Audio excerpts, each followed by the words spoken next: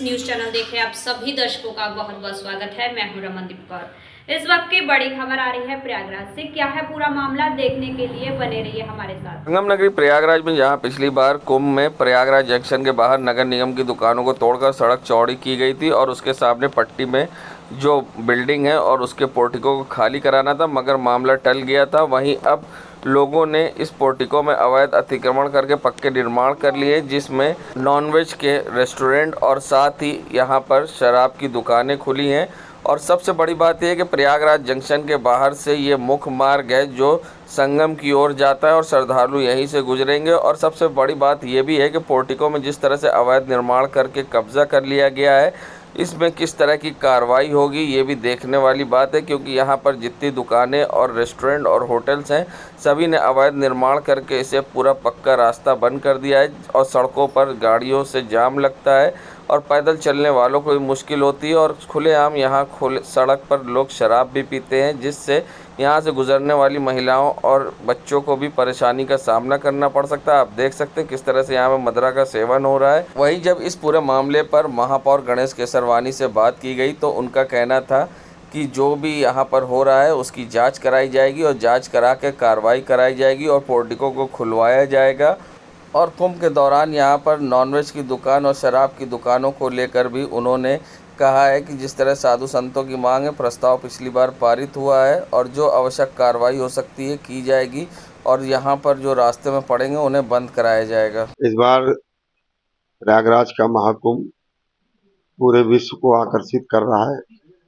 माननीय प्रधानमंत्री जी, माननीय मुख्यमंत्री जी, हमारे प्रयागराज के माननीय उप मुख्यमंत्री जी और हम सब लोग मिलकर के एक भव्य कुंभ के आयोजन के लिए दिन रात परिश्रम कर रहे हैं। शहर की जनता भी इसमें भरपूर अपना सहयोग प्रदान कर रही है। आप देख रहे होंगे पूरे शहर में चौड़ीकरण का कार्यक्रम चल रहा है। जनता स्वयं अपने हाथों से अपना मकान तोड़ रही है, जो इस बात का द्योतक है कि प्रयाग की जनता भी चाहती है कि बहुत ही सुंदर तरीके से यहाँ पर कुंभ का आयोजन हो और आने वाले तीर्थ यात्रियों की किसी प्रकार की कोई कठिनाई ना हो। हम सब लोग मिलकर के उनकी सेवा करने का काम करें और जहाँ जहाँ इंक्रोचमेंट आप बता रहे हैं, मैं उसकी जांच करवाऊंगा और लोगों से भी आग्रह करूंगा कि सड़कें हमारी चौड़ी रहेगी, सड़कों पर इंक्रोचमेंट नहीं रहेगा, स्वच्छता रहेगा, क्योंकि प्रयाग ही आज पूरे भारत का एक एम्बेसडर है। दुनिया भर के लोग जो आएंगे प्रयाग को देखने के बाद पूरे भारत की कल्पना अपने मन के अंदर लेकर के जाएंगे। इस सदन में एक प्रस्ताव पारित हुआ था कि जो संगम क्षेत्र है उसके 500 मीटर तक किसी भी प्रकार की ये शराब, मीट, मांस, अंडा इत्यादि की दुकानों पर पूर्णतः प्रतिबंध लगा दिया गया है। और ये बात सही है कि ये तीर्थराज है, तीर्थों का राजा है। कुंभ और माघ के समय सारे तीर्थपति यही निवास करते हैं। तो जहाँ कहीं भी ऐसी दुर्व्यवस्थाएं होंगी उन पर कार्रवाई करके उससे बेहतर किया जाए। शहर पश्चिमी में जमीन माफियाओं के हौसले बुलंद हैं, जिन्हें किसी का डर नहीं है। पासी समाज की एक विधवा महिला का आरोप है कि सपा नेता ने विश्वास में लेकर धोखा दे दिया। अब वे पुलिस के पास भटक रही है, लेकिन उसकी सुनने वाला कोई नहीं है। महिला उर्मिला देवी ने बताया है कि उसने ज़मीन 310 वर्गज खरीदी थी, किंतु सपा नेता ने विश्वास में लेकर उसका हस्ताक्षर ले लिया और फर्जी तरह से खाता खुलवाकर ज़मीन हड़प रहा है। उन्हें पत्रकार वार्ता में आरोप लगाया है कि शिकायत उन्हें संबंधित पुलिस थाने व अन्य अधिकारियों से की, लेकिन उसकी सुनवाई नहीं हो रही है। उसके पास सभी साक्ष्य हैं, फिर भी जांच नहीं हो रही है। उल्टे दबंग लोग उसका जीना दूभर कर दिए हैं। उन्होंने न्याय की गुहार लगाते हुए क्या कुछ कहा है, आइए दिखाते हैं। 2008 में मेरे पति जी की डेथ हो जाती है। मैं एक विधवा महिला हूँ, 3 लड़का 1 लड़की है मेरे। मैं चौका बर्तन करती थी। एक दिव्य प्रकाश सुखदेव सिंह पटेल सपा नेता है। सपा नेता वो हमारे साथ बहुत बड़ी धोखाधड़ी किया है। मैं 2016 में एक अशोक कुशवाहा से जमीन लेती हूँ 310 वर्गज और उसको 2022 में रजिस्ट्री करवाई।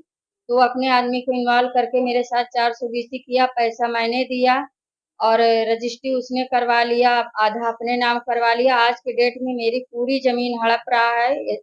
एसटी सीटर भी है जो ये 22वें नंबर पे उसका नाम भी है। और भूमाफिया है, कई लोगों की जमीन हड़पा है, बहुत लोग पीड़ित हैं उनसे।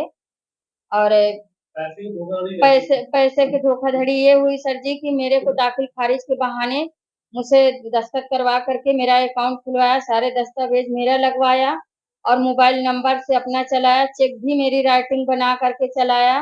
कम से कम 20 लाख का लेन देन एससीसी बैंक है, SCFC ये ट्रांसपोर्ट नगर में, वहाँ पे चलाया। ये 20 जुलाई को मुझे पता चलता है, जब जिससे मेरा जमीन दिखा करके, मेरी जमीन को दिखा करके 8 लाख रुपया उस पे लिया अकाउंट में और 3 लाख रुपया हार्ड कैश ले लिया। उसकी रिकॉर्डिंग भी है मेरे पास, उसका नंबर भी है। आज की डेट में धूमनगंज थाना और कोतवाली और CO साहब के यहाँ और कमिश्नर के यहाँ हर जगह मैं 2 महीने से चक्कर काट रही हूँ। वैभव सिंह दिखा करके झूठी FIR 24 तारीख को गए, 24 जुलाई को, और मेरे नाम FIR मेरे बच्चों की गुंडागर्दी दिखा करके चले गए। और जो नए इंस्पेक्टर आए हैं, ये शनिवार को पता नहीं कौन सी तारीख रहती साहब, मेरा तो ये दिमाग गुम कर दिया है एकदम दौड़ा करके। और ये मेरे नाम FIR फिर दिखा करके, जो संध्या कुमारी को 6 जुलाई को बेचा गया मकान, जान से मारने को मेरे बच्चों को धमकी दी जा रही। 2-3 बार मैं 100 नंबर पे कॉल की हूँ, जहाँ जहाँ पे मुझको छेड़खानी हुआ। गाड़ी में मुझे बैठा करके 6 जुलाई को ले गया, मेरे साथ उसमें भी बदतमीजियां की गई। संजीव सिपाही रहता है एक, और एक जलिंदर पटेल, पीयूष सिंह पटेल, ये सारे लोग मिलके 10-12 लोग का ग्रुप है इनका। सब मेरे साथ जहाँ जाती हूँ वहाँ पे पहुंच जाते हैं, गाड़ी लड़ाते हैं, बदतमीजी से गाली देते हैं, धमकियां देते हैं मारने के लिए। मेरी सुनाई कहीं पे नहीं हो रही है सर जी। मैं एकदम पीड़ित महिला विधवा पासी समाज से हूँ। और ये पैसा खा करके धूमन थाना कह रहा है कि अभी तुम्हारे नाम FIR हुई है, हम FIR लगा देंगे, सब खत्म हो जाएगा, टेंशन मत लीजिए। वो बहुत ऊंचे अधिकारी के पास चला गया था, इसलिए हमने FIR दर्ज कर दी। उसकी भी रिकॉर्डिंग मेरे पास है सर जी। इंस्पेक्टर साहब का मेरा नाम उर्मिला देवी, मैं पासी समाज से हूँ। व्यापारी नेता अरुण केसरवानी को दी गई श्रद्धांजलि। बता दें, प्रयागराज व्यापार मंडल द्वारा व्यापारी नेता स्वर्गीय अरुण केसरवानी के निधन पर शोक सभा आयोजित की गई। इस सभा में प्रयागराज नगर के समस्त क्षेत्रों के राजनीतिक, सामाजिक एवं व्यापारी नेता सम्मिलित हुए। इस अवसर पर सभी वक्ताओं ने स्वर्गीय अरुण केसरवानी के सरल व्यक्तित्व एवं समाज के प्रति उनके संघर्षों के बारे में बताया। इस अवसर पर पूर्व सांसद कुंवर रेवती रमन सिंह एवं प्रयागराज के महापौर गणेश केसरवानी भी शामिल हुए और ऐसे में सब उन्हें नम आंखों से उन्हें याद किया। और साथ ही प्रयागराज व्यापार मंडल के कई पदाधिकारी भी यहां पर पहुंचे। व्यापारी नेता अरुण केसरवानी को जहां श्रद्धांजलि देने के लिए कई नेता, समाज सेवी और व्यापार मंडल के लोग उपस्थित हुए और उनके चित्र पर माल्यार्पण कर, पुष्प अर्पित कर उन्हें श्रद्धांजलि दी और याद किया। संगम नगरी प्रयागराज में जहां हरतालिका तीज से पूर्व संध्या पर बाजारें सजी दिखाई दी, सुहाग के सामानों की बिक्री के लिए जहां बाजारें सजी दिखाई दी, तो वहीं महिलाएं भी आज बाज़ारों में निकलकर जहां मेहंदी लगवा रही थी और साथ ही शंकर, गणेश, गौरी जी की जहां प्रतिमाएं खरीद रही थी। बता दें, आज सुभाष चौराहे पर जहां मेहंदी लगवाने के लिए महिलाओं की भीड़ दिखाई दी है और महिलाएं काफ़ी उत्साहित थी। कल अपने पति की लंबी आयु के लिए वे व्रत रखेंगी।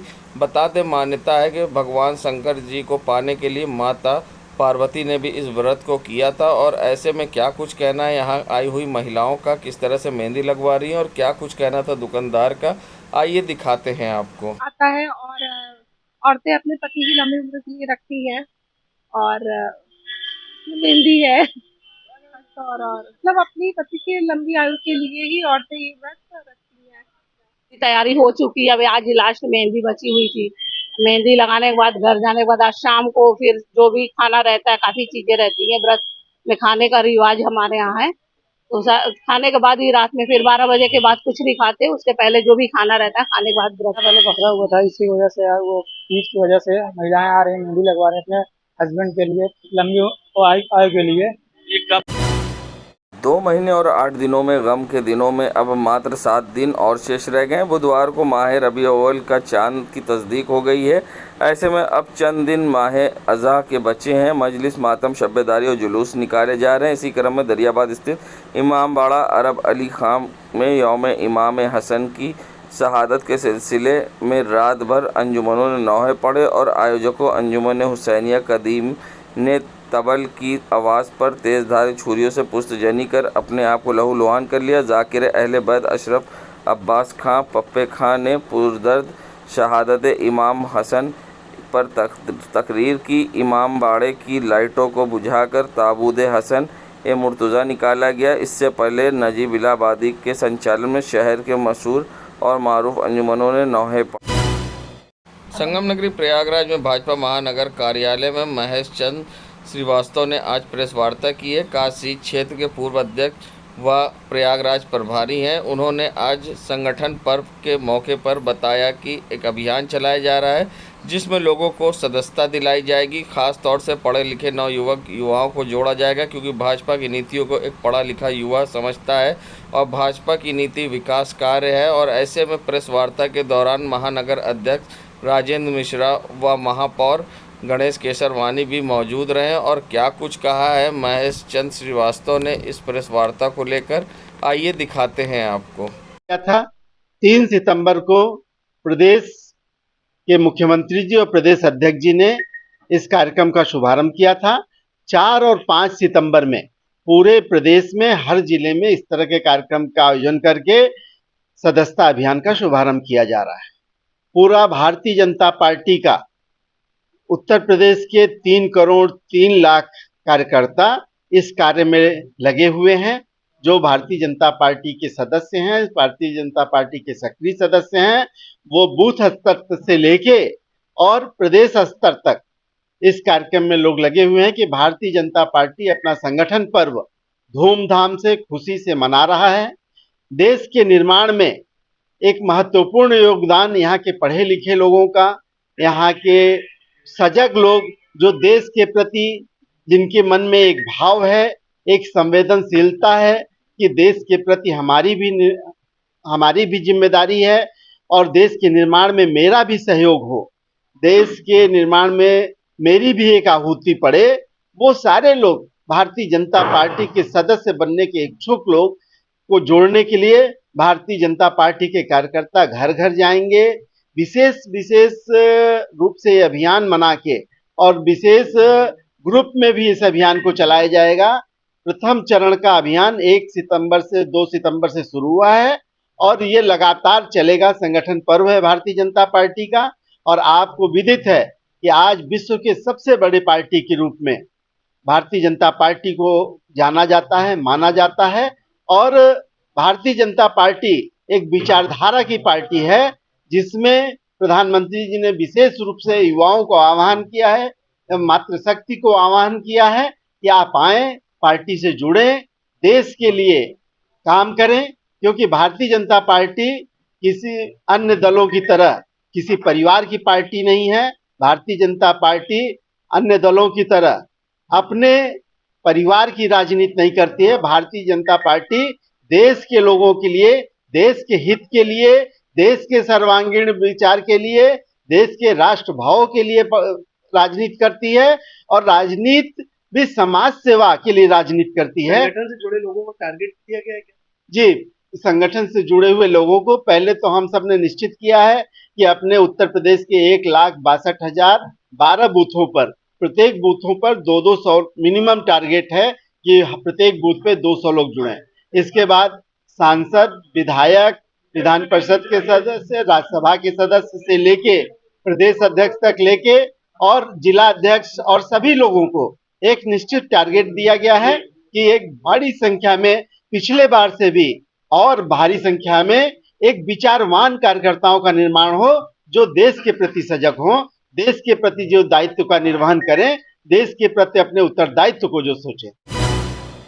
संगठन की शक्ति का आधार सदस्यता है। इस अभियान की योजना व्यापक और प्रभावी है। सदस्यता अभियान पूर्व योजना के आधार पर चलाते हुए सर्वस्पर्शी और सर्वव्यापी सदस्यता के लिए हम सबको संगठन के दायित्वों का निर्वहन करना है। उस बातें काशी क्षेत्र के महामंत्री यमुना पार प्रयागराज जिला प्रभारी सुशील कुमार त्रिपाठी ने यमुनानगर जिले के अभियान को लेकर पत्रवार्ता के दौरान कही है और क्या कुछ कहा।